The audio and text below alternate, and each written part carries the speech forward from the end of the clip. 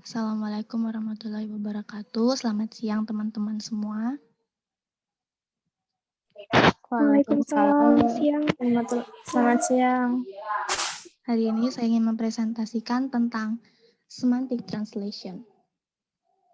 Pertama, sini kita lihat definition of semantic translation. Jadi terjemahan semantik ini adalah terjemahan yang berupaya menggeser makna kontekstual dari bahasa sumber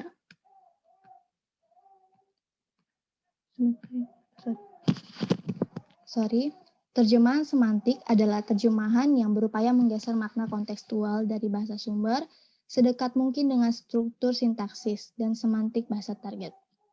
Nah, jadi jenis terjemahan ini dia melibatkan analisis komponen makna supaya bisa mendapatkan padanan dari kata-kata bahasa sumber dalam bahasa target, yaitu dia dengan menghubungkan konteksnya. Jadi semantik itu adalah sebuah kata makna, dia menghubungkan kata bahasa sumber, menghubungkan dengan konteks. Nah, di sini kita bisa lihat contoh dari jenis terjemahannya. Yang pertama itu Nyonya Stepan, "You must mend the door right now." Billy jawab, "Yes, Mom." Terus yang kedua, "You must mend the door right now." Terus Billy menjawab di sini, "Yes, Madam." Nah, the words of Mom and Madam in the two conversation above are actually the same. Nah, keduanya itu sama-sama menunjuk pada rujukan, yaitu kepada Nyonya Stepan. Nah, yang membedakan mereka berdua ini adalah makna yang dimiliki, makna dari Mom dan Madam ini. Nah, yang membedakannya itu, yaitu Mom ini dia bersifat informal dan intimate, yaitu dia tidak formal dan akrab. Dan sedangkan Madam dia itu formal, tidak akrab. Jika kita ingin menerjemahkan kedua kalimat tersebut menurut terjemahan semantik, kita itu harus mendapatkan komponen makna yang sama dengan komponen makna dalam bahasa sumber. Karena itu, Madam itu sama dengan mem atau bu. Mom itu mama gitu. Karena komponen arti kata mom dan ma itu sama, begitu juga dengan komponen arti kata Madam dan mem itu sama. Kelemahan dan kelebihan dari semantic translation itu ketika diterapkan, kelemahannya ketika diterapkan oleh yang disebabkan oleh keterikatan terjemahan dengan budaya bahasa sumber saat menjalankan tugasnya. Jadi dia itu memiliki keterikatan. Padahal budaya di balik bahasa sumber dan bahasa sasaran pasti berbeda. Jadi akibatnya jenis terjemahan ini seringkali sulit diterapkan, terutama dalam menerjemahkan kata-kata yang memiliki makna abstrak dan subjektif. Jadi penerjemah itu sangat susah untuk menerjemahkan semantik ini. Dan kelebihannya, kesan yang diusung itu lebih dalam. Targetnya adalah terjemahan yang benar, setia kepada penulis bahasa sumber, dan lebih harfiah, dan dapat digunakan untuk semua jenis teks ekspresif. Sini penyalahgunaan semantik dalam terjemahan ini seringkali kesalahan ini dilakukan oleh si penerjemah karena yang pertama itu karena kurangnya penguasaan kosakata, lack of mastery of adjective class word, lack of mastery of noun class word, dan lack of mastery verb class word, lack of mastery of classical word of adverb, dan lack of mastery of conjunction class word. Saya akan jelaskan kurangnya penguasaan kosakata. Itu karena ketidakmampuan dari penerjemah untuk menemukan padanan yang tepat. Itu karena kurangnya penguasaan kosakata. Yang dimanifestasikan itu dalam 3 cara. Yang pertama, kita menulis ulang kata-kata terdapat dalam teks sumber. Yang kedua, itu menerjemahkan kata menjadi kata yang tidak ada hubungannya dengan itu. Yang ketiga, biarkan terjemahan untuk kata tersebut kosong. Nah, jadi kesalahan ini seringkali ditemukan pada beberapa kelas kata seperti such, adjective, noun, verb, adverbs, and function word, dan conjunction. Nah, yang selanjutnya itu karena kurangnya penguasaan kata sifat. Di sini kita bisa lihat reader itu kalau di translation variasinya dia itu menjadi kelebihan. Sedangkan kalau dia menyesuaikan dengan translation semantik, dia itu menjadi lebih besar gitu. Dan kemampuan and greater ability to handle, dan kemampuan yang lebih besar untuk menangani.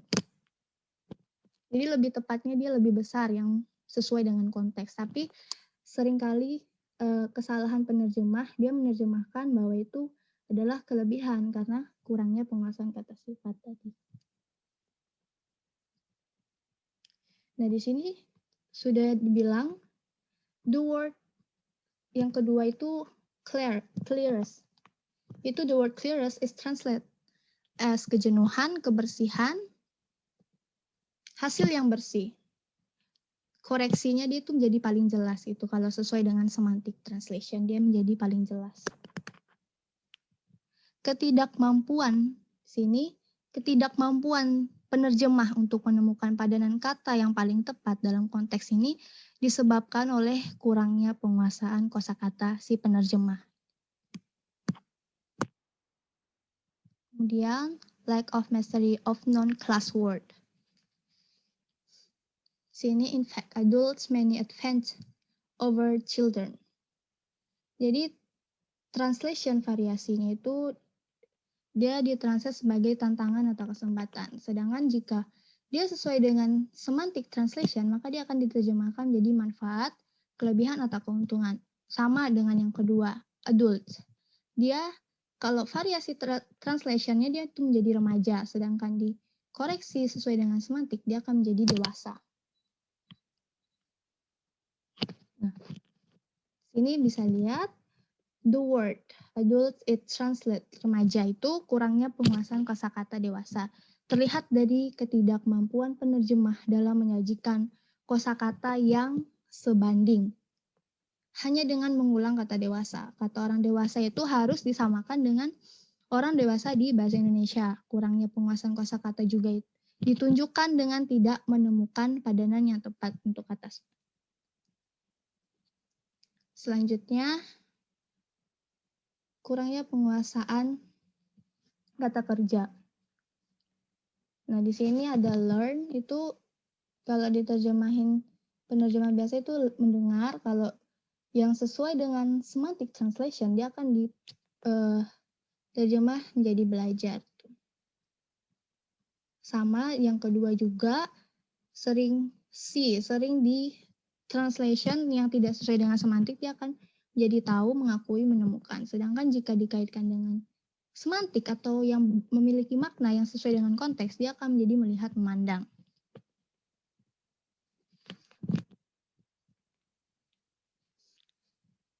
Next. Sorry. Selanjutnya, lack of mastery of classical word of adverb. Di sini kita bisa lihat adverb often itu diterjemahkan selalu, sedangkan koreksinya jika diterapkan dalam semantic translation dia akan menjadi sering. Sama juga dengan strongly, dia kalau penerjemah biasa dia akan diterjemahkan menjadi kurang, atau strongly itu atau kuat gitu. Kalau dikoreksi sesuai dengan konteks dia akan menjadi sangat. Selanjutnya, lack of mastery of conjunction class word.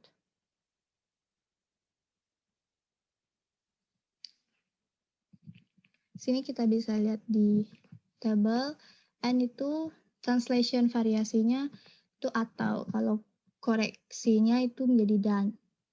Dan in addition itu translation variasinya itu kelebihan menjadi atau bahkan.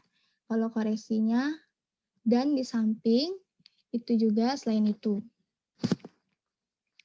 Nah, jadi kesimpulannya dalam kesalahan semantik itu ditemukan karena ketidakmampuan sang penerjemah dalam menyajikan makna leksikal.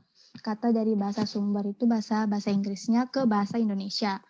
Jadi dari analisis data yang dilakukan pada penerjemahan itu ditemukan kesalahan semantik itu disebabkan karena yang pertama kurangnya penguasaan kosakata, ketidakakuratan pemilihan kata, dan yang terakhir itu kegagalan mentransformasikan kata.